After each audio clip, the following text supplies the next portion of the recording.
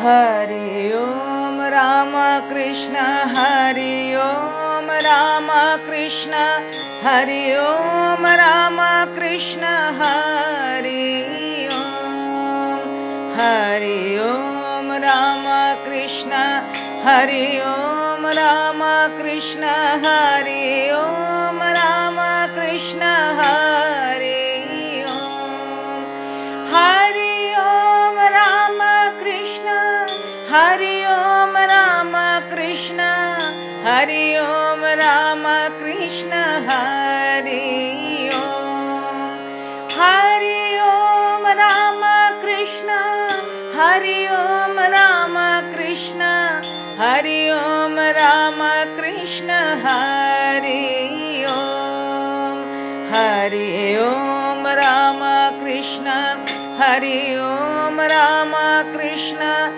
Hari Om Rama Krishna Hari Om. Mahendranath Gupta, or Master Mahashaya, is the author of The Gospel of Sri Ramakrishna.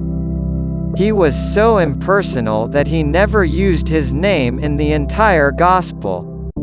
He mentioned it as M.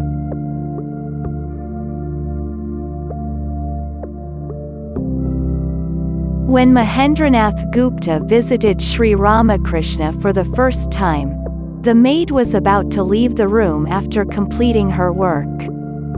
Then Mahendranath Gupta asked her, despite not being educated, how is it that Sri Ramakrishna can answer the questions of his visitors? Due to the holy company of Sri Ramakrishna, she spoke thus, when all the education is within his throat, why does he require any other formal college-related education? Mahendranath Gupta replied, the door seems to be closed, and there is no one to introduce me. Then the maid replied, I have closed the doors intentionally. However, his doors are ever open for the sake of devotees. There is no need for any appointments. You can open the door and go inside.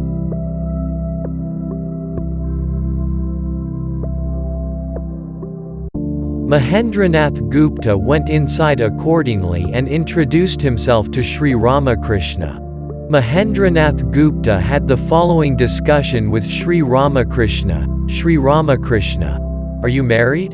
Mahendranath Gupta, yes. Sri Ramakrishna, how many children do you have? Mahendranath Gupta, 6. Sri Ramakrishna, yours is a serious case. You have given place to too many people in your heart. You came to me faithfully.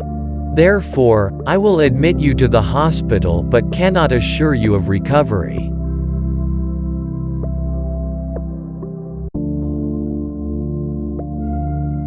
Though Sri Ramakrishna spoke this way, he enabled Mahendranath Gupta to reach such a spiritual state that Mahendranath Gupta wrote The Gospel of Sri Ramakrishna.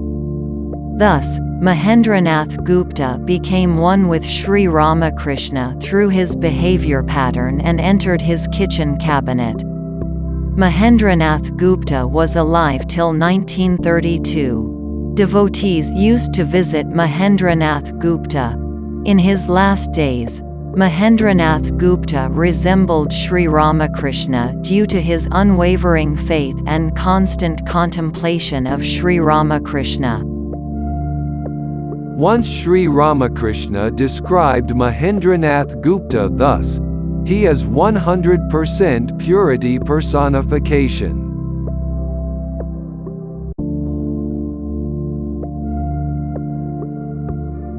Once in a while, when Sri Ramakrishna felt like eating jalebi, he asked Mahendranath Gupta to bring it. When he wanted a towel, he asked Mahendranath Gupta to purchase it. Mahendranath Gupta should return only after bargaining for it at least in 10 shops. He must bring it only from that shop where it is most cheap. Only Mahendranath Gupta was selected for such tasks as Mahendranath Gupta never felt he was serving Sri Ramakrishna. Mahendranath Gupta always felt that he was buying it for himself. Guru selects only such impersonal people. All the 16 direct disciples also asked Mahendranath Gupta only for a rupee or two whenever needed. Thus, Mahendranath Gupta was the investor for everyone.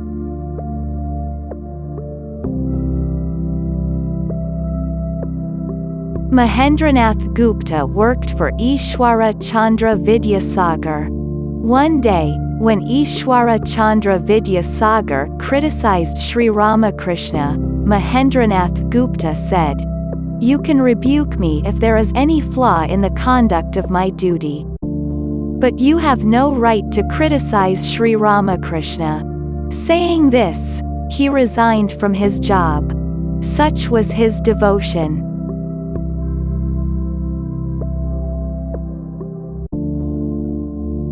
Once in a while, Sri Ramakrishna used to sit naked while he was all alone. If anyone came to visit him, he dressed himself and came out. Once, Mahendranath Gupta visited Sri Ramakrishna when he was all alone. He called Mahendranath Gupta to come inside and sit beside him. Mahendranath Gupta was hesitant as Sri Ramakrishna was naked. When Mahendranath Gupta asked Sri Ramakrishna, "Won't you dress up?" Sri Ramakrishna replied, "You have become my clothes, and I have become your clothes. Are the clothes an obstacle between us? You are very close to me. You are my Mahendranath Gupta, and I am your Ramakrishna. You need not differentiate between us. You can sit equally with me. When there is a unison of two hearts, sweetness alone exists. The body consciousness doesn't exist there." Thus, Mahendranath Gupta entered the inner circle. He will not be allowed to come again unto earth. Only Mahendranath Gupta attained such a place and not anyone else.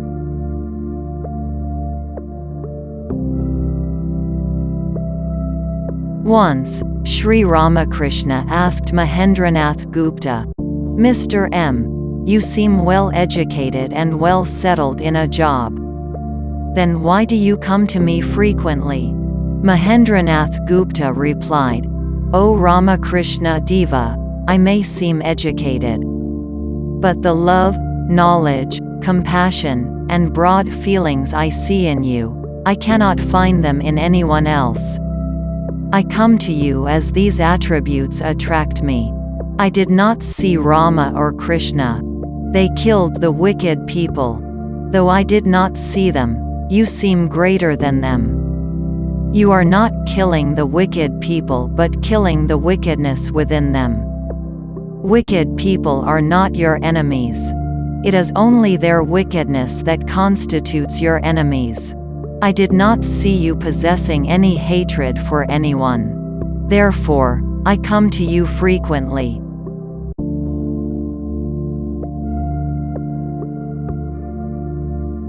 Once, Sri Ramakrishna asked Mahendranath Gupta, "Mr. M, which form of God do you like most?" Mahendranath Gupta replied, "O Ramakrishna Deva, I don't like God existing as a stone living in a temple. I like only the God existing in the form of a man."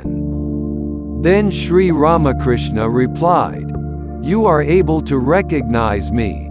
You are able to identify me. You are able to catch hold of me." Sri Ramakrishna said that Mahendranath Gupta was reminded of his past births, enabling Mahendranath Gupta to recognize him.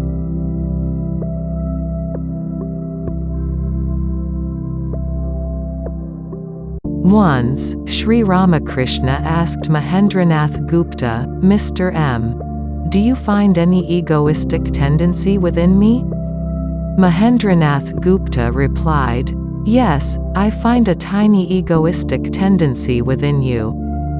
But I even realize that you retained it graciously to preach to us."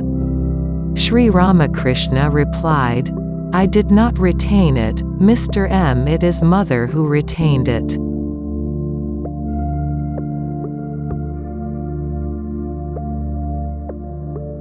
When Sri Ramakrishna left his mortal frame, his sannyasi disciples stole the bones and ashes of their guru and brought them.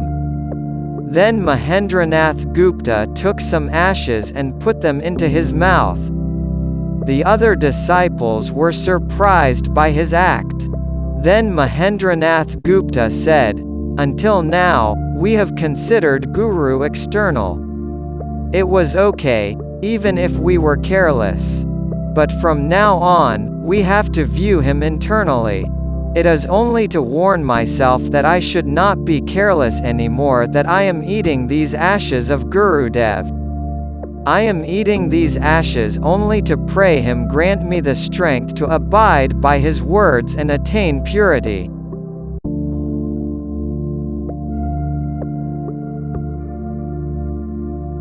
When Narain tried to write down everything Sri Ramakrishna said, Sri Ramakrishna stopped him, saying, "There is someone else to do this work." Mahendranath Gupta used to write down a daily diary that Sri Ramakrishna preached to him. Later, the same diary became the Gospel of Sri Ramakrishna. The Gospel of Sri Ramakrishna is equivalent to the Bible. It is the modern Bhagavad Gita. Many people got reformed after reading the Gospel of Sri Ramakrishna. Initially, Mahendranath Gupta did not accept the printing of the Gospel of Sri Ramakrishna. Mahendranath Gupta said, "I wrote them only for my spiritual progress. You can print it after my death." However, when the other disciples insisted that these words of Sri Ramakrishna would be helpful to many people, he finally consented to their print. Mahendranath Gupta left his mortal frame on the day when the final page of the Gospel of Sri Ramakrishna was printed.